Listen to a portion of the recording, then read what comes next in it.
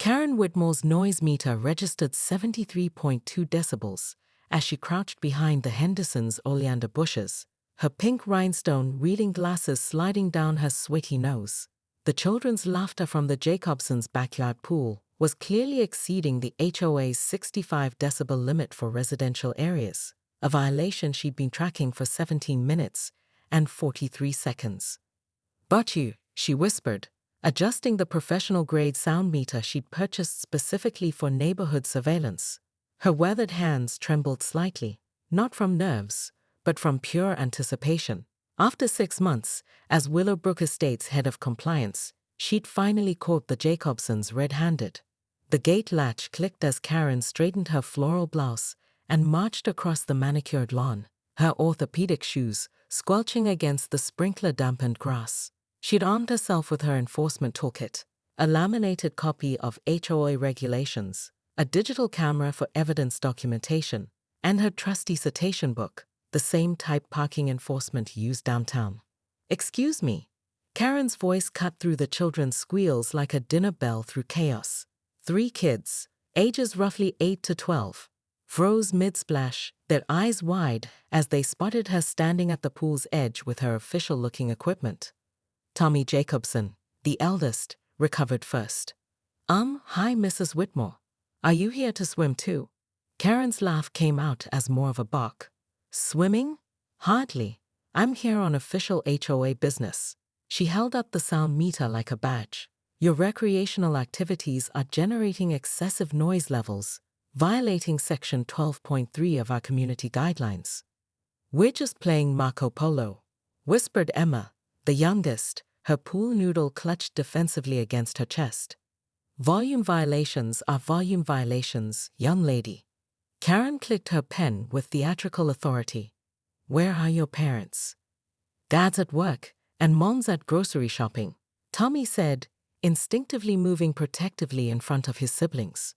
"Perfect." Karen's smile tightened with satisfaction. Unsupervised violations carried double penalties according to the amendments she'd personally drafted last spring. "Well then, I'll need you children to exit the pool immediately while I conduct my inspection." "But we're not doing anything wrong," Emma's voice quavered. "That's not for you to determine." Karen was already photographing the scene, her camera flash reflecting off the water's surface.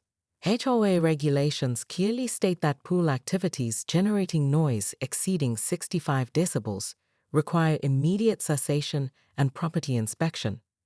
She'd memorized every regulation, every subsection, every enforcement protocol.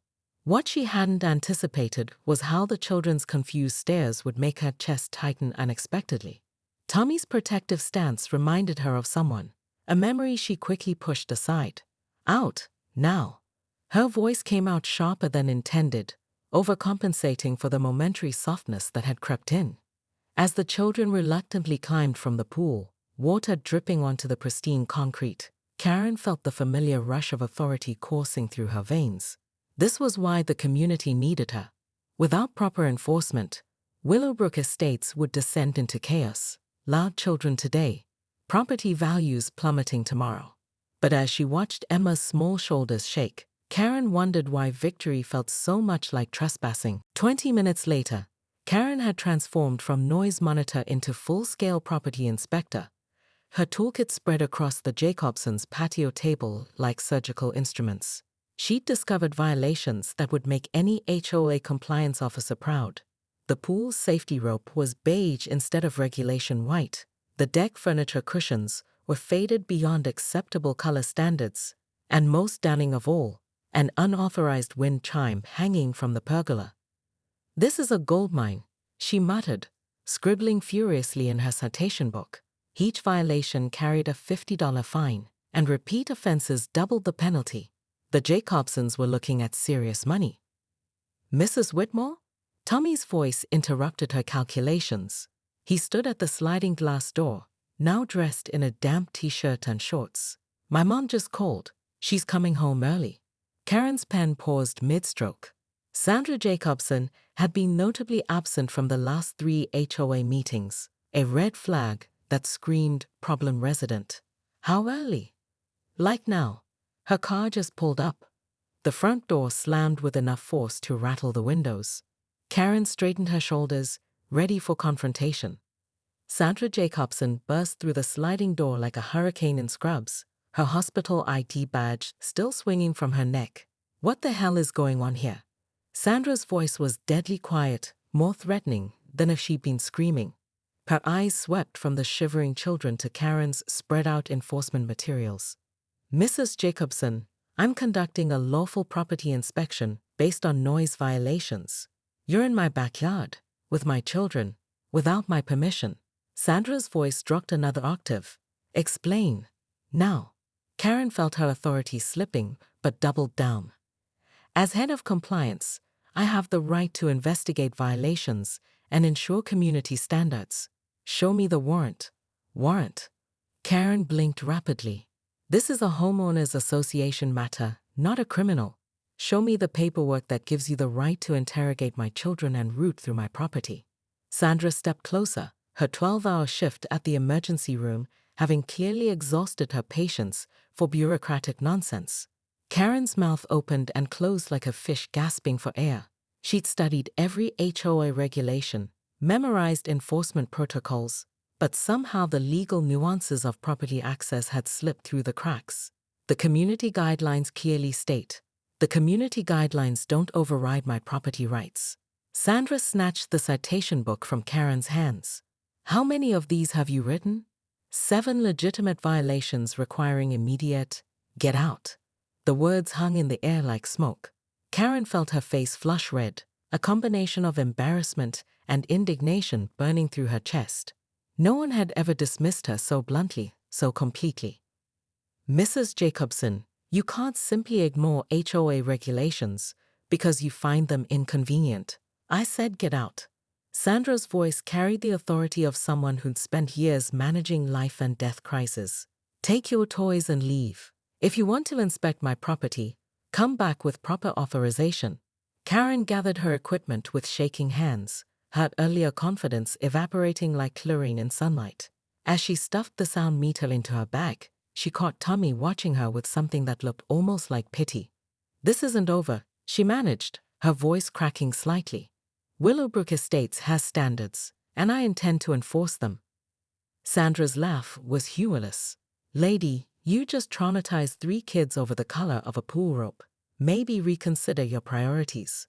As Karen walked back across the lawn, she could hear the children's voices resuming behind her, quieter now, but still there.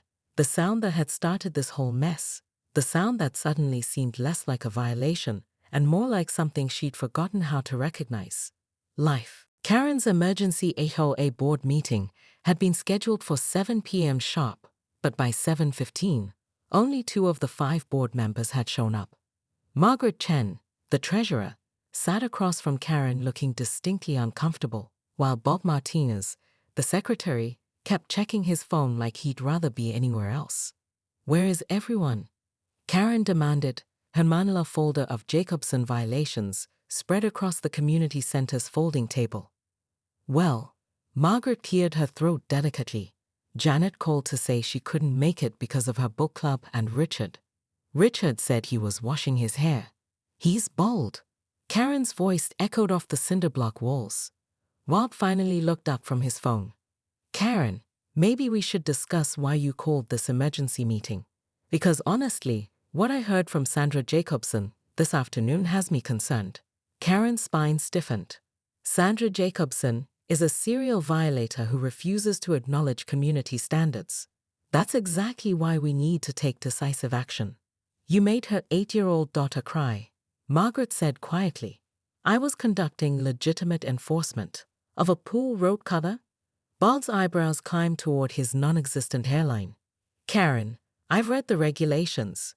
The pool safety equipment section says light-colored rope. Beige is light-colored." Karen felt the room tilting slightly. She'd been so certain, so prepared. But Regulation 3.7 clearly states that all safety equipment must maintain uniform appearance standards, which implies. "It implies nothing," Bob interrupted. "It says what it says. Light-colored rope. That's it." Margaret leaned forward, her voice gentle but firm. "Karen, you've been Aggressive lately. The complaints are piling up. Mrs. Henderson called about you hiding in her bushes. The Patels said you measured their grass with a ruler. And now this thing with the Jacobsons. I'm maintaining community standards. Karen's voice cracked. Someone has to care about property values, about keeping this neighborhood respectable. By terrifying children. Bob shook his head. This isn't working, Karen. The board's been talking, and we think maybe you need to step back from the compliance role. The words hit Karen like a physical blow. Everything seemed to slow down, the fluorescent lights humming overhead, Margaret's sympathetic expression, Bob's uncomfortable fidgeting. The community center suddenly felt enormous and empty, her voice echoing back at her from corners that seemed to stretch into darkness. You can't do this, she whispered. I've dedicated months to this position. I studied every regulation, documented every violation. You've alienated half the neighborhood, Bob said, not unkindly. Karen, we're not saying you don't care. We're saying maybe you care too much about the wrong things. Margaret reached across the table tentatively. Maybe take some time off. Enjoy your garden. Visit your sister in Phoenix. My sister doesn't want me to visit. The words escaped before Karen could stop them. A confession that hung in the air like cigarette smoke. She says I'm difficult. The silence stretched uncomfortably. Outside, Karen could hear children playing in the community playground, their voices carrying through the thin walls, the same kind of voices she'd silenced earlier that day. Motion to suspend Karen Whitmore from compliance duties pending board review, Bob said formally, his voice apologetic but determined. Seconded, Margaret whispered. Karen stood so abruptly her folding chair clattered backward. Fine, fine. But when this neighborhood turns into chaos, when property values plummet, and we're overrun with noise violations and ugly lawn ornaments, don't come crying to me. She gathered her files with trembling hands, but as she reached the door, Margaret's voice stopped her. Karen, we're not the enemy here. We're your neighbors. Karen paused, her hand on the door handle, but didn't turn around. Outside, those children were still playing, still laughing, still making the kind of noise that used to mean something different to her. Something warmer. Before she could change her mind, she pushed through the door into the humid evening air, leaving behind the only purpose she'd found in 3 years of retirement. 3 days later, Karen found herself parked outside the Jacobsons' house at 6:47 a.m., watching Sandra load medical equipment into her car for another hospital shift. She'd been sitting there for 20 minutes, ostensibly checking property lines on her tablet, but really just watching. The children weren't up yet, the pool was silent, and for the first time in months, Karen wasn't holding any enforcement equipment. Sandra noticed her eventually, probably hard to miss a burgundy Buick idling across the street. Instead of ignoring her or calling security, Sandra walked over and tapped on the passenger window. Are you stalking us now? Sandra's voice was tired, but not hostile. Karen rolled down the window, suddenly feeling foolish. I was just checking the community directory, making sure all addresses were current. Sandra studied her for a long moment. At 7 in the morning? In your pajamas? Karen looked down, mortified to realize she was indeed wearing her pink flannel pajama top under her cardigan. I couldn't sleep. Yeah, I figured. Sandra glanced back at her house, then made a decision that surprised them both. Want some coffee? I've got 20 minutes before my shift. 10 minutes later, Karen found herself in the Jacobsons' kitchen, holding a mug that said, World's Okayest Mom, while Sandra bustled around preparing lunches for the kids. The house was lived in, comfortable. The kind of warm chaos Karen had spent months trying to regulate away. So what's really going on? Sandra asked, sitting across from Karen at the breakfast bar. Because yesterday you were the neighborhood enforcement officer, and today you're sitting in my kitchen, looking like you haven't slept in a week. Karen stared into her coffee. They fired me. The HOA board suspended me from compliance duties. Good. Karen's head snapped up, expecting mockery, but Sandra's expression was serious. You were miserable, Sandra continued, and you were making everyone else miserable too. That's not enforcement. That's just pain spreading itself around. I was trying to maintain community standards. No, you were trying to maintain control. Sandra's voice was gentle but firm. I've seen it before in the ER. People who've lost something important, and they grab onto rules because rules feel safer than feelings. Karen's hand trembled slightly around her mug. What makes you think I've lost something? Sandra pointed to a small framed photo on Karen's keychain, visible through her open purse. Because I've seen that picture before. You showed it to Emma during your inspection. Said it was your grandson. Karen's breath caught. She'd forgotten about pulling out the photo, had forgotten how Emma's eyes had softened when she'd seen 4-year-old Michael's gap-toothed grin. He lives in Seattle with my daughter, Karen whispered. They don't visit much. Sarah says I'm too critical, too hard to be around. Sandra nodded slowly. How long since you've seen him? 18 months. The admission felt like swallowing glass. He probably doesn't even remember me. Footsteps thundered down the stairs as the Jacobson children appeared for breakfast. Tommy stopped short when he saw Karen, his expression wary but not unfriendly. Mrs. Whitmore, are you okay? Emma approached tentatively, her 8-year-old instincts picking up on the sadness Karen thought she'd hidden. I'm fine, sweetheart. Karen's voice was rougher than she intended. Emma studied her with the uncompromising honesty of childhood. You don't look fine. You look like when my hamster died, and I pretended I wasn't sad. Sandra caught Karen's eye over Emma's head, a look that said, see? I think, Karen said slowly, I might have forgotten how to be around people who aren't violating regulations. Tommy, surprising everyone including himself, sat down next to Karen. Maybe you could practice with us. We're pretty good at not following rules. Karen laughed, the first genuine laugh she'd had in months. I noticed. Sandra checked her watch and started gathering her things. I have to run, but Karen, the kids get home from school at 3:30. Pool time is usually around 4. If you want to stop by, without your toolkit, you're welcome. As Karen walked back to her car, she could hear the children getting ready for school, their voices mixing with the morning sounds of a neighborhood waking up. For the first time in months, the noise didn't sound like a violation. It sounded like home. But as she pulled into her own driveway, Karen noticed a new for sale sign being planted in the Hendersons' yard.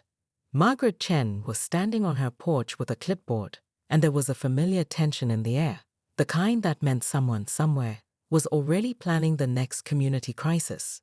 Karen's enforcement days might be over, but Willowbrook Estate's drama was just beginning.